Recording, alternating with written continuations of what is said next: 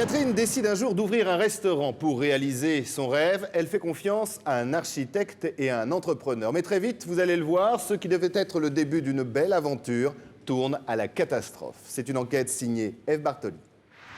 Pour la 41. Midi, dans le restaurant de Catherine. Très bien, parfait. 3 saumons pour la 23. Chaud devant. Voilà, messieurs, bon appétit. Vite, vite, on a du travail. Allez, allez. Depuis 1 an, Catherine n'a pas pris une journée de congé. Pourtant, son restaurant marche bien.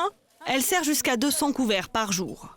Après une année d'exploitation, elle réalise même un chiffre d'affaires de 600 000 €. Vous avez la note avec la TVA. Nous avons une très bonne clientèle, mais ce chiffre d'affaires n'est pas suffisant car au début des travaux, nous nous sommes fait escroquer de 50 000 € et chaque mois, il nous manque à peu près 30 000 € pour pouvoir boucler notre mois.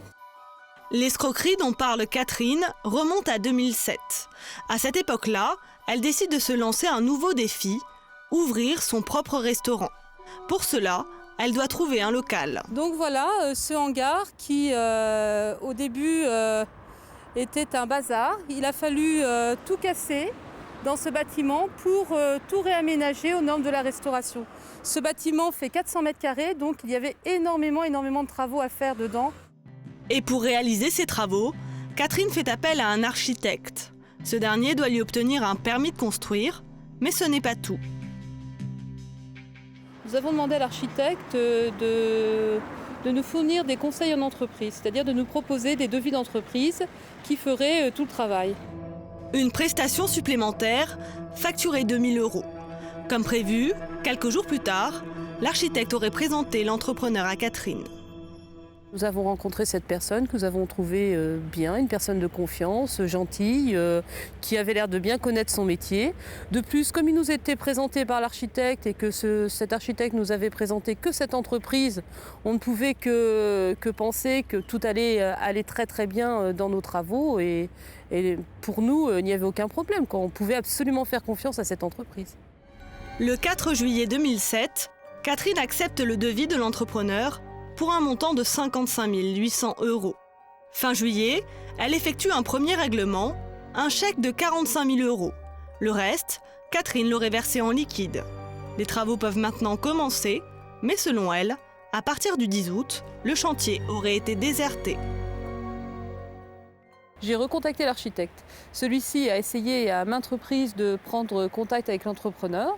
Moi-même, j'ai aussi essayé à maintes reprises de reprendre contact avec l'entrepreneur, mais a priori, il n'était plus là. Donc l'architecte a enfin réussi à le joindre et ce monsieur était parti en vacances en Italie au lieu de faire les travaux qui concernaient le restaurant.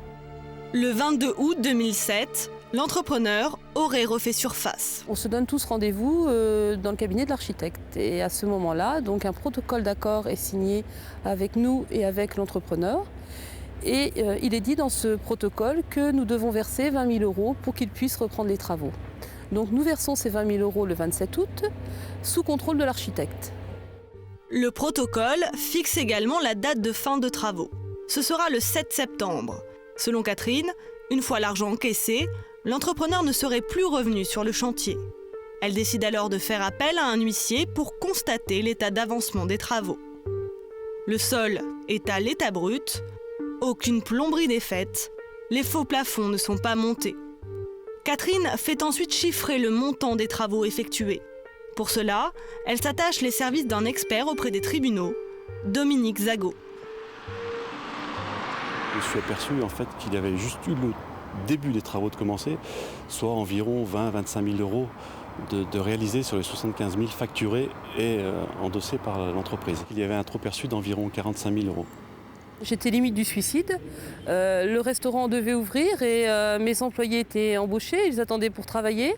Nous avions signé le bail commercial et nous ne pouvions pas ouvrir. Nous n'avions que des sorties d'argent et nous n'avions aucune rentrée d'argent. Catherine n'a plus le choix, elle pioche dans sa trésorerie. Pour terminer les travaux, elle fait appel à plusieurs autres entreprises et ça lui a coûté cher, très cher. 13 145 €, 1 509 €, 2 126,27 €, 106,08 €, 669,60 €, 3 731 €, 3 133 €, 3 588 €. Et au total, ça fait combien? Au total, on a payé les travaux 2 fois, donc 2 fois 90, 180 000 euros. Catherine a finalement pu ouvrir son restaurant, mais avec 2 mois de retard. Le 28 septembre 2007, elle a porté plainte contre l'entrepreneur à la gendarmerie pour escroquerie et abus de confiance. Catherine ne serait pas la seule dans ce cas. D'ailleurs, en mars 2008, une information judiciaire a été ouverte contre l'entrepreneur. Lors de notre enquête, nous avons rencontré une autre victime présumée. Elle a souhaité témoigner à visage caché. Comme Catherine, cette personne a fait appel au même architecte. L'architecte nous a présenté qu'une entreprise et qu'un devis. En nous présentant cet entrepreneur, il nous a garanti son sérieux, le respect des délais. Même architecte, même entrepreneur, même résultat. Donc là, on se trouve devant le garage, qu'on a pu un petit peu continuer par nos propres moyens. Mais donc à l'époque, l'entreprise n'avait réalisé que le terrassement et les plots et les murs en plots. Bon, tout ce que vous voyez là, la charpente, la toiture, les arasés, tout ça n'était pas fait. Là aussi donc, l'entrepreneur n'aurait pas terminé les travaux. Notre deuxième victime a porté plainte. Le 14 février 2008, l'entrepreneur a été condamné à rembourser 19 700 €. Une somme impossible à recouvrer selon notre témoin. Il a aménagé son insolvabilité, il n'a absolument rien sur ses comptes bancaires, aucune maison, aucun véhicule, il n'a plus rien à son nom. Alors, où est passé l'argent de nos témoins? A-t-il payé ses fournisseurs? Qu'en est-il de ses employés? Nous avons retrouvé l'un d'entre eux. L'entretien est filmé en caméra cachée. Vous avez travaillé, vous, sur ce chantier-là? Oui, bien sûr. Ici? Et il vous a payé ou pas Il a payé personne. Le 7 juillet 2008, l'entrepreneur est condamné à payer plus de 7 000 € à cet employé. Il doit également lui délivrer ses bulletins de salaire, certificats de travail et attestations acédiques. Selon cet employé, l'entrepreneur n'aurait toujours rien réglé. Nous avons poursuivi nos investigations en Suisse. Là-bas, en 2006, il aurait monté une société qui a été radiée car elle ne respectait pas la loi Helvète. Y a-t-il eu d'autres victimes? Le procureur n'a pas souhaité nous répondre. En France, l'entrepreneur exerce-t-il en toute légalité? Pour le savoir, nous contactons la Chambre des métiers. Il n'est pas actif, l'entreprise est radiée. Il n'y a rien, il n'y a aucun dossier immatriculé à la Chambre des métiers. Fin d'activité 8/11/2000. Nous appelons ensuite le greffe du tribunal de commerce. On a plus de dossiers concernant. Pour terminer, nous vérifions auprès du registre du commerce. Non, j'ai rien du tout. Cet entrepreneur exercerait donc en toute illégalité. L'architecte le savait-il? En tout cas, il avait l'obligation de vérifier. Catherine souhaite avoir des explications. Accompagnée de son mari, elle se rend dans les bureaux de l'architecte. L'entretien est filmé en caméra cachée. Vous n'aviez pas d'autre entreprise sous la main, monsieur? Si, vous dire non, ça serait vous mentir. Est-ce que monsieur c'était quelqu'un que vous connaissiez bien, apparemment, quand même? Bah oui, mais bon, comme d'autres, je veux dire, c'est pas le seul avec qui j'ai ce genre de soucis aussi, et j'aurais pu vous présenter d'autres personnes, oui, effectivement. C'est vrai que vous n'en serez jamais. Quand je l'ai présenté, sincèrement, je croyais pas vous mettre et nous mettre dans une merde pareille. En tant que conseil, c'est vrai qu'il faut quand même bien cerner les entreprises, sinon c'est une vraie catastrophe pour le client. Vous vous rendez compte? Il y a 2-3 mois en arrière, j'ai essayé de l'appeler. Il est plus là, de toute façon, on a vu, il est parti. Pas eu, rien, pas rappelle-moi rien. Vous voyez bien qu'il m'a quand même fait beaucoup de mal. Oui, bah j'imagine. Bon, bah merci de nous avoir reçus, monsieur. Il n'y a pas de mal. Au revoir. L'architecte aussi se dit victime de l'entrepreneur.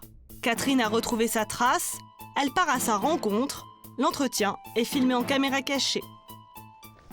On a été dans la panade à cause de...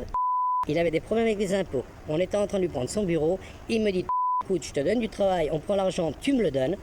Et moi, petit à petit, t'inquiète pas, quand tu commences le travail, je te rembourserai. Il m'a jamais remboursé. Non, je comprends l'histoire qu'il fallait toujours donner de l'argent, quoi. En fait. Voilà, exact. Pas pour moi. Cet argent, c'est lui qui l'a. Ok. Mais moi, je suis fautif. Parce que pendant 10 ans, ça fait 10 ans que je le connais, quelquefois, ça lui est arrivé des coups durs. J'ai toujours pu récupérer mon argent. Et il me fout dans la merde. Il me doit 42 000 €. Ils sont où, cet argent? Est-ce que vous voulez que je l'appelle devant vous, comme ça, pour lui dire où on en est avec nos affaires, pour savoir si moi, je lui dois? Pourquoi pas? Mais vous vous taisez, hein? Oui, dis-moi, c'est... Ah. Tu sais que tu me dois de l'argent. Ah mais attends, moi je t'en dois pas, tu m'en dois pas. Ah, tu m'en dois pas? Bah non. Attends, tu m'as fait un papier. Attends, oui, et je t'ai fait ce papier pourquoi? parce que je t'avais payé une partie. Ah, et l'autre partie, elle est où? Et c'est quoi l'autre partie? C'est combien l'autre partie? Mais cet argent est où? Le papier que je t'ai fait, écoute, voir. Le pognon que je t'ai fait, je te l'ai fait pour te sauvegarder des autres, en disant non, t'inquiète pas, je te protège. Tu leur dirais, bon. Attends, mais attends, t'es en train de me dire que moi je t'ai planté? Ah oui, tu m'as planté tout le... Je suis en tête de mes enfants, j'en ai parlé à personne. Bon, ben ça va, écoute. Du tout, moi j'ai pas dit ça aux gens. Bon, bah écoute, bon, on se verra et on en parlera tous les deux. Parce que là, je suis dans la rue et je t'appellerai plus tard. Allez, ciao. Ok. De quel papier s'agit-il? Impossible à savoir. L'entrepreneur rejette la faute sur l'architecte, mais semble disposé au compromis. Si madame, on veut trouver un arrangement, si je dois vous rembourser en 3-4 fois, je vous les rembourse, il n'y a aucun souci, mais je ne veux pas d'ennui. L'entrepreneur serait donc prêt à négocier. Va-t-il réellement le faire? L'architecte assumera-t-il ses éventuelles responsabilités? Catherine récupérera-t-elle son argent?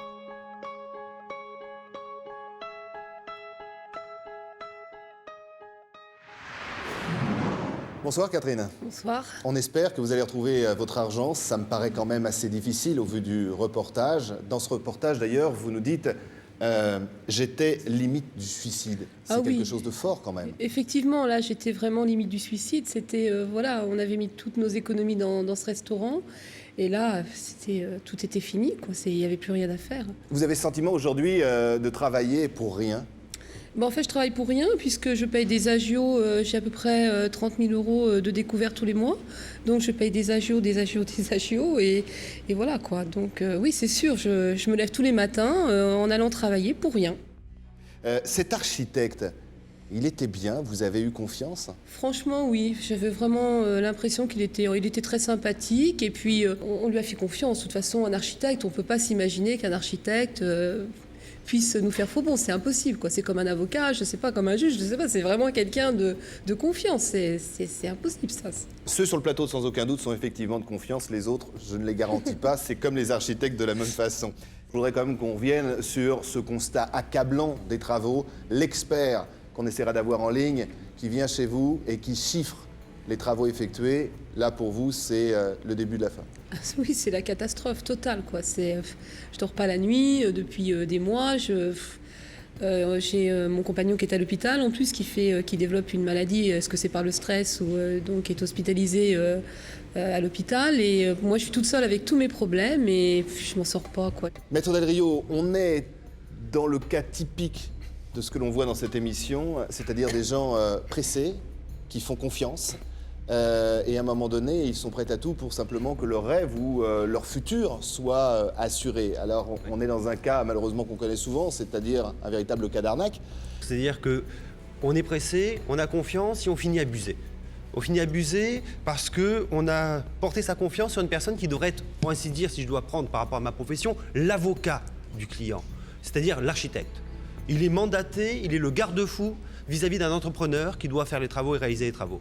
Cet architecte se fait rémunérer pour la chose et selon la règle déontologique et la jurisprudence, il doit assurer la solvabilité des entrepreneurs. Il doit garantir que l'entreprise choisie est une entreprise de qualité. Et dans le cas présent, on voit que tout est défaillant. Donc dans le cas de Catherine, il est responsable. Il est totalement responsable, d'autant plus que l'on a pu découvrir en cours de reportage et en cours d'enquête que cet entrepreneur n'était pas inscrit au registre des commerces sociétés, pas inscrit, je dirais, à la Chambre des métiers, il n'est inscrit nulle part, il exerce dans la parfaite illégalité. Alors extraordinaire aussi dans ce cas, et là on va faire un petit tour de table, il y a aussi ce rôle de conseil, et on ne conseille qu'à une seule et même entreprise. Ça peut paraître bizarre. Alors, dans le principe de la loi, ce n'est pas une obligation de conseiller plusieurs entreprises. L'obligation, c'est de conseiller la bonne entreprise au bon prix. L'erreur, elle vient de là. Donc, on peut légitimement penser que derrière se pose une question de la rémunération de l'architecte par cette entreprise, puisque c'est soulevé dans le reportage. Nous décidons de joindre cet entrepreneur pour avoir sa version et en savoir un peu plus sur ses relations avec l'architecte. Oui, bonjour, vous êtes bien chez monsieur... Bon. Malheureusement, nous tombons sur sa messagerie. Nous tentons alors de le joindre sur le portable de sa compagne. Se trouve-t-il en sa compagnie? Quelqu'un répond. Bonjour, j'aurais voulu... s'il vous plaît, il est avec vous? Est-ce qu'il est là? Je vous entends mal. Ah, Le réseau ne passe pas et ne passera pas malgré nos diverses tentatives. Ce n'est que partie remise. En attendant de pouvoir joindre l'entrepreneur, nos avocats listent les différentes options qui s'offrent à Catherine pour se retourner contre son architecte. L'architecte, il doit rendre des comptes. Quand il ne fait pas, il remplit pas les termes de son contrat.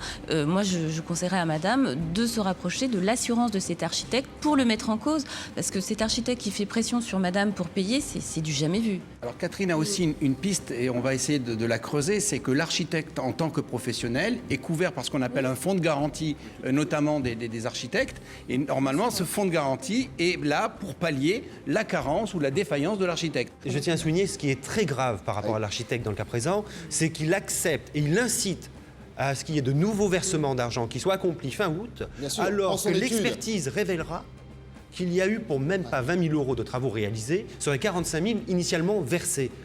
C'est particulièrement grave. Pour rebondir sur ce que vous dites, faut arrêter, faut stopper cet architecte. Et je viens de penser à quelque chose. L'architecte, il doit rendre des comptes à son ordre. Et madame, elle peut saisir l'ordre des architectes. Oui. Comme l'ordre des avocats, comme celui du médecin, avec un pouvoir de sanction. Tout à fait. Le constat de nos avocats est sans appel. L'architecte est en faute. Nous décidons de le contacter pour connaître sa version. Allô? Oui, bonjour monsieur. Bonjour. Bonjour, Christophe Moulin, sans aucun doute, à l'appareil. Je suis avec madame Catherine Lecochard, vous connaissez? Pas du tout. Vous ne connaissez pas, c'est une cliente à vous qui a fait construire un restaurant. Oui, oui. Là, ça vous rappelle quelque chose? Oui, absolument. Voilà, je voulais justement parler avec vous un petit peu des modalités de sélection des entreprises et de savoir surtout ce que l'on peut faire pour aider Catherine aujourd'hui, qui se retrouve dans une situation financière difficile. Oui. Oui, je vous demande. Monsieur. Oui. Oui. Qu'est-ce que voulez-vous que je vous dise? Ce soir, nous essaierons de savoir pourquoi l'architecte a fait confiance à cet entrepreneur. Comment l'architecte compte rembourser Catherine. Et surtout, où est passé l'argent. Dans un instant, la vérité va éclater au grand jour. Il y a de très bons architectes, et il y a quelques-uns qui sont, ma foi, très mauvais, et sont tombés sur le très mauvais du coin. Il sait entuber les gens comme il faut. D'accord, ça a le mérite d'être clair. Puis, nous tenterons de démasquer l'entrepreneur sur le terrain. Moi, nous sommes à la recherche de monsieur et on m'a dit qu'il pouvait être ici. Ah non, il n'est pas ici. Il n'est pas ici? De la France à l'Italie, en passant par la Suisse, une enquête pleine de rebondissements. Et juste après, vous découvrirez une histoire atypique. Sandra et Kevin sont étudiants, ils n'ont pas obtenu leur BTS suite à une mauvaise interprétation des périodes de stage de leur école. Ils savent très bien que c'est biaisé, c'est-à-dire qu'ils savent très bien que leur texte n'est pas clair, tout ça ils savent. Aujourd'hui sans diplôme et donc sans avenir, ces jeunes se battent pour récupérer leur BTS. Nous tenterons de les aider. Vous ne pensez pas que le jury a innové cette année et est allé peut-être au-delà de ce qu'il faisait auparavant? Vous ne pensez pas que cette question aurait le mérite d'être réexaminée sérieusement et non sévèrement? Y a-t-il eu une injustice? La réponse dans un instant.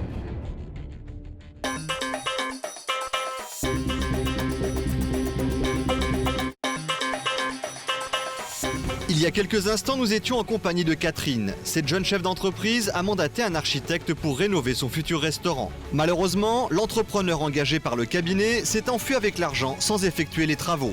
L'architecte est en ligne avec nous pour s'expliquer sur sa part de responsabilité. Allô? Oui, bonjour monsieur. Bonjour. Bonjour, Christophe Moulin, sans aucun doute, à l'appareil. Je suis avec madame Catherine Lecochard, vous connaissez? Pas du tout. Vous ne connaissez pas, c'est une cliente à vous qui a fait construire un restaurant. Oui, oui. Là, ça vous rappelle quelque chose? Oui, absolument. Voilà, je voulais justement parler avec vous un petit peu des modalités de sélection des entreprises et de savoir surtout ce que l'on peut faire pour aider Catherine aujourd'hui, qui se retrouve dans une situation financière difficile. Oui. Oui, je vous demande. Monsieur? Oui. Oui. Qu'est-ce que voulez-vous que je vous dise?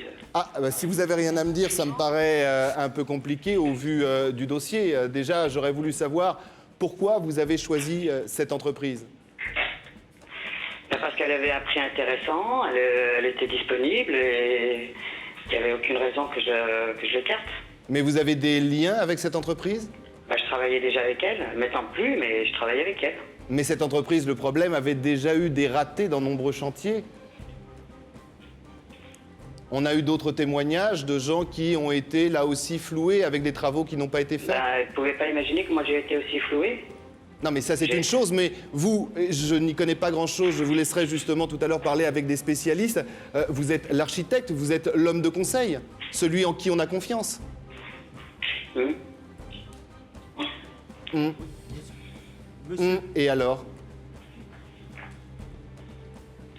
Monsieur. Allô? Oui, je vous écoute. Monsieur, excusez-moi, écoutez juste ce que j'ai à vous dire. Est-ce que vous avez accompli quelques démarches ou quelques vérifications sur l'entreprise que vous avez présentée? Monsieur? Oui. Oui. Vous l'avez fait ou vous ne l'avez pas fait?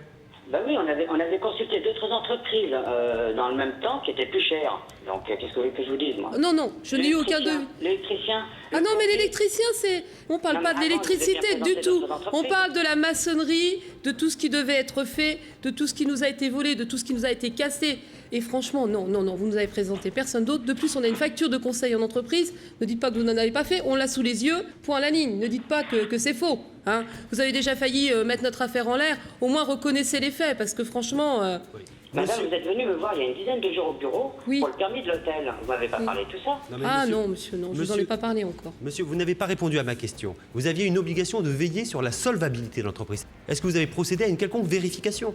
Oui, j'ai vérifié que l'entreprise existait bien, monsieur. Et vous l'avez vérifié où? Parce qu'elle n'est pas inscrite au registre du commerce société, elle n'est pas inscrite à la Chambre des métiers, elle est inscrite nulle part, cette entreprise. Monsieur, c'est quelqu'un que vous connaissez? Ça fait longtemps que vous le connaissez?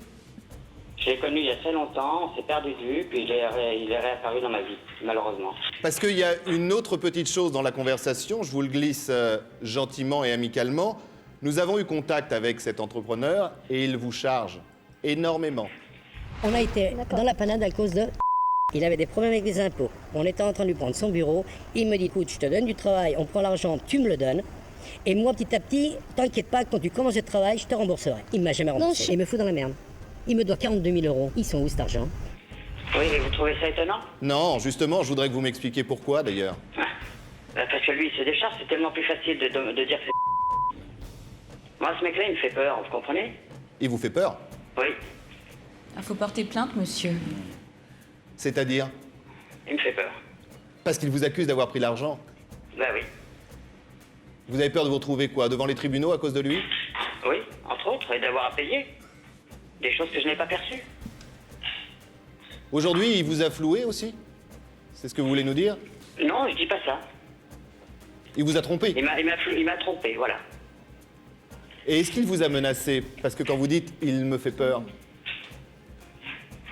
je répondrai pas à la question. Monsieur, pardonnez-moi, Tania Mandé, avocat également sur le plateau. Je voudrais savoir dans ce cas précis, est-ce que vous pensez ou est-ce que vous avez déjà effectué une déclaration de sinistre? Non. Parce qu'il y a un souci. Est-ce que vous seriez d'accord, parce qu'on est dans un cadre amiable bien entendu, de saisir votre ordre, de régler le problème, de discuter? Oui, ça je veux bien saisir la et voir avec eux ce que je peux faire. Mutuelle des architectes. Très bien, mais à un moment donné, que peut faire votre assurance? Que doit faire, que va faire votre assurance? Qu'est-ce que vous allez leur dire? Je vais leur raconter ce qui se passe. Je sais pas, je ne peux pas répondre à leur place, monsieur. Oui, mais monsieur, je suis parfaitement d'accord, c'est la forme à respecter, mais qu'est-ce que vous allez mettre dans ce courrier? Qu'est-ce que vous allez raconter par rapport aux faits? Vous allez expliquer que vous avez commis une erreur? Je vais raconter que j'ai été contacté par cette dame pour lui aménager, pour lui faire un permis pour le restaurant, qu'elle m'a demandé de contacter des entreprises, ce que j'ai fait, et que je me suis fait avoir parce que je lui ai présenté une entreprise qui s'avérait pas correcte.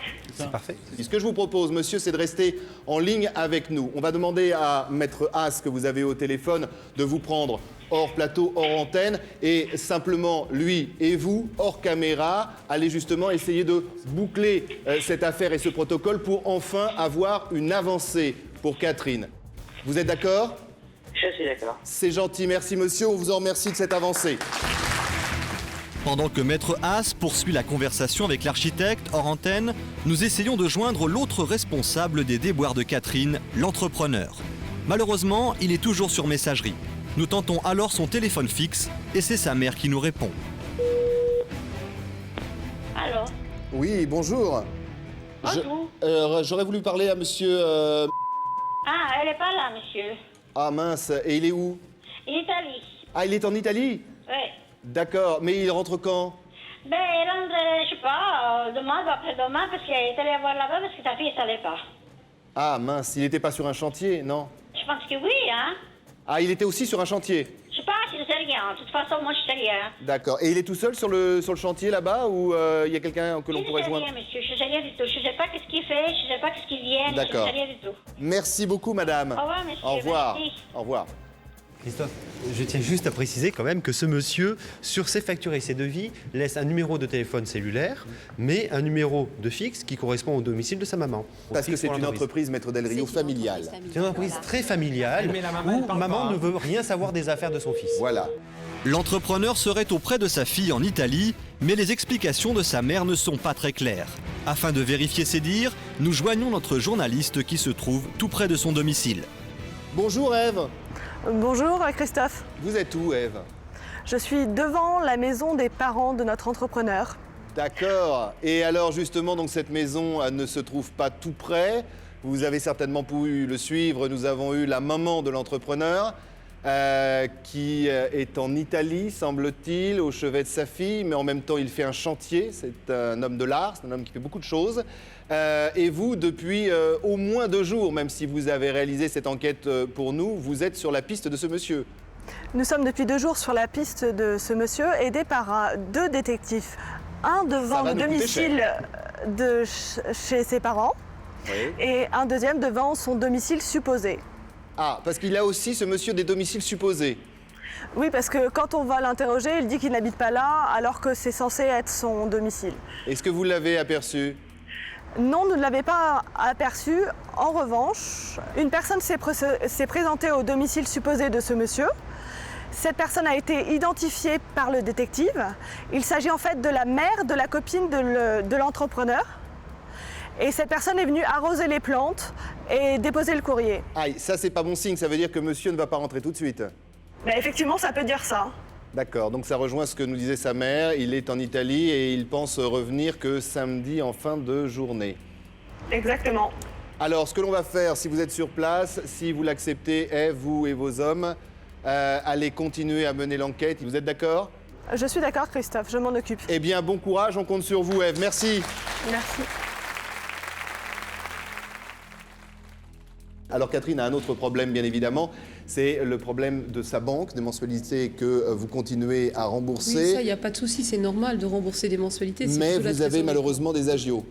En fait, si vous voulez, on a cours de trésorerie parce qu'on a payé les travaux avec notre trésorerie et on attend que la banque veuille bien nous faire un petit signe. Voilà. Donc si on pouvait effectivement accélérer, ce serait pas mal. Ce serait formidable, oui, c'est sûr. Alors on va essayer d'appeler votre banquier et on va essayer de voir là aussi si on peut régler ce problème, celui de l'architecte de l'indemnisation pour le moment. Et on l'espère, on verra avec Gérard Rast quand il reviendra sur ce plateau. C'est fait. Reste maintenant le banquier, on s'en occupe et on va l'appeler.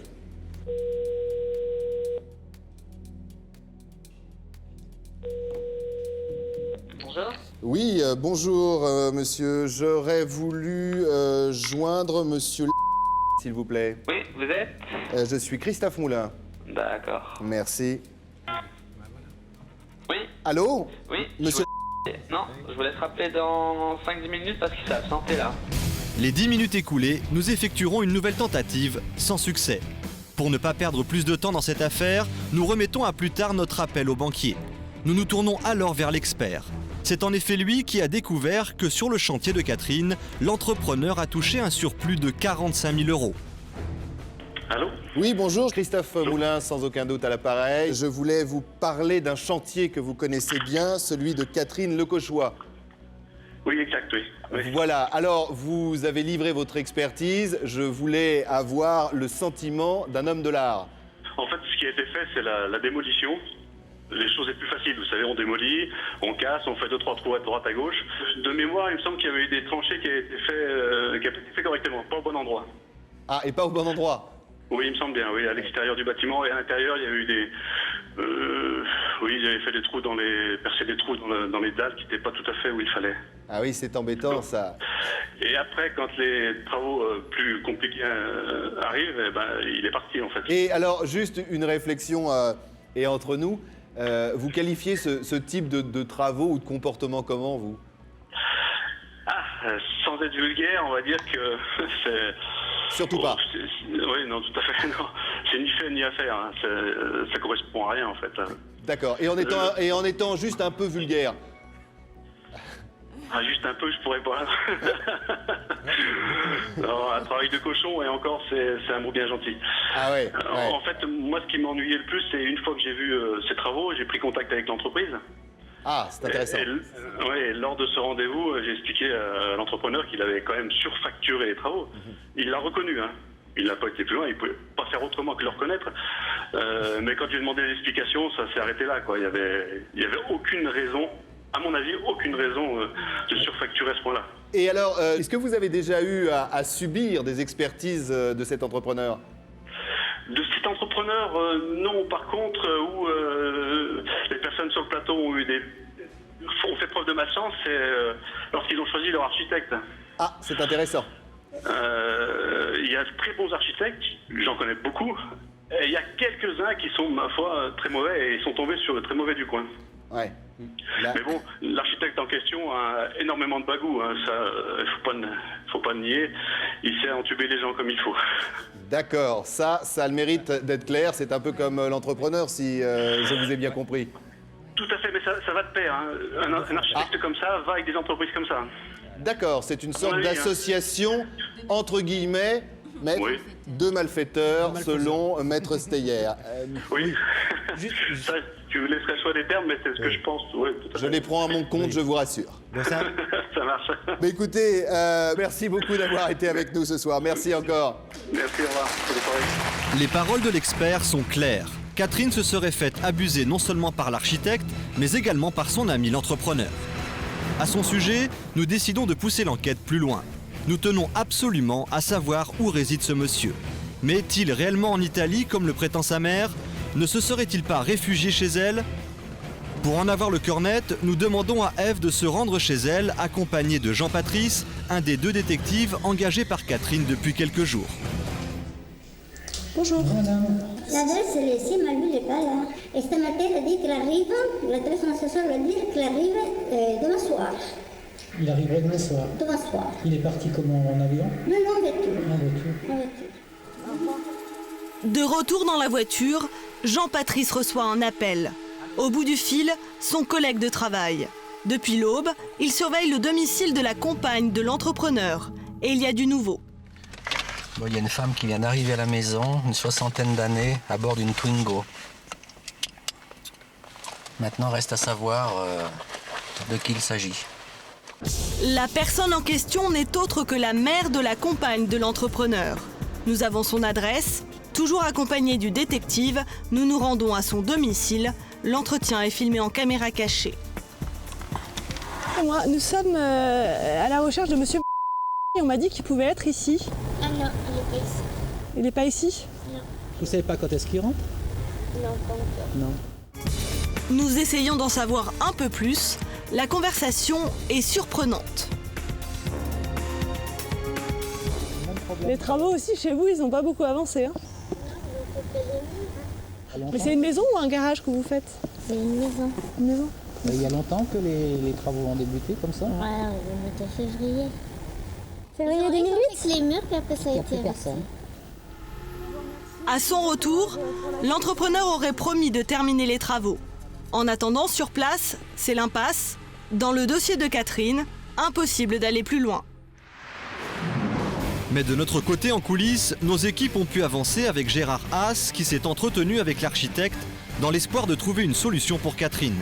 Gérard a-t-il des bonnes nouvelles à nous annoncer? Nous l'écoutons. J'ai eu une personne très inquiète.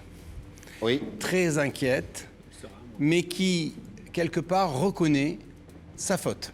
Et ce qui est extrêmement positif, c'est qu'il accepte de faire une déclaration de sinistre à hauteur du préjudice que vous avez réellement supporté. Ah, sur la totalité? Sur la totalité. Bien. Nous avons l'engagement qu'il va saisir donc sa compagnie d'assurance et nous aurons également la lettre qui va avec et nous pourrons suivre le dossier. Il nous fait ça quand? Alors en fait, il était aujourd'hui dans une mairie et donc il va le faire lundi. Donc lundi, il s'est engagé, il signe ce protocole. Gérard, vous suivez la chose, hein. C'est pas qu'on n'ait pas confiance, Absolument. mais je me mets du côté de Catherine, on peut avoir des doutes quand même. Merci beaucoup Gérard pour tout ce travail. Et on suit ce dossier. Reste la banque et on va attendre que votre conseiller nous rappelle. Je vous promets, on va mettre la même énergie à régler le problème bancaire qu'on a mis à régler celui de l'architecte.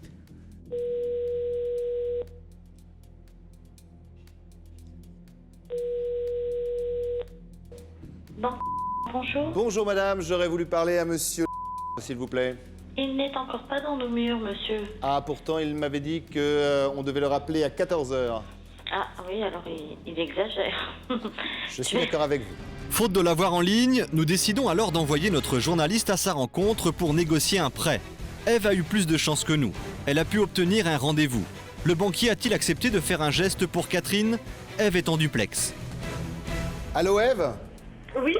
Ah, je suis heureux de vous retrouver. Vous faites un peu tout dans ce dossier. Alors, vous étiez sur la trace de notre entrepreneur. On sait qu'il est parti en Italie, donc difficile de le suivre. Et vous vous êtes replié sur la banque, si j'ose dire, qui est la banque de Catherine. Et on avait beaucoup de choses à demander à son banquier. Alors, visiblement, il est un peu timide, le banquier. Il ne voulait pas s'exprimer directement sur notre plateau. Mais vous avez pu longuement converser avec lui. Oui, alors déjà, c'est quelqu'un de très compréhensif et qui s'intéresse vraiment au cas de Catherine. Le premier point, c'est que la banque est d'accord pour financer le nouveau crédit de Catherine. Maintenant, il y a un deuxième point, c'est qu'il faut un cautionnement pour ce prêt.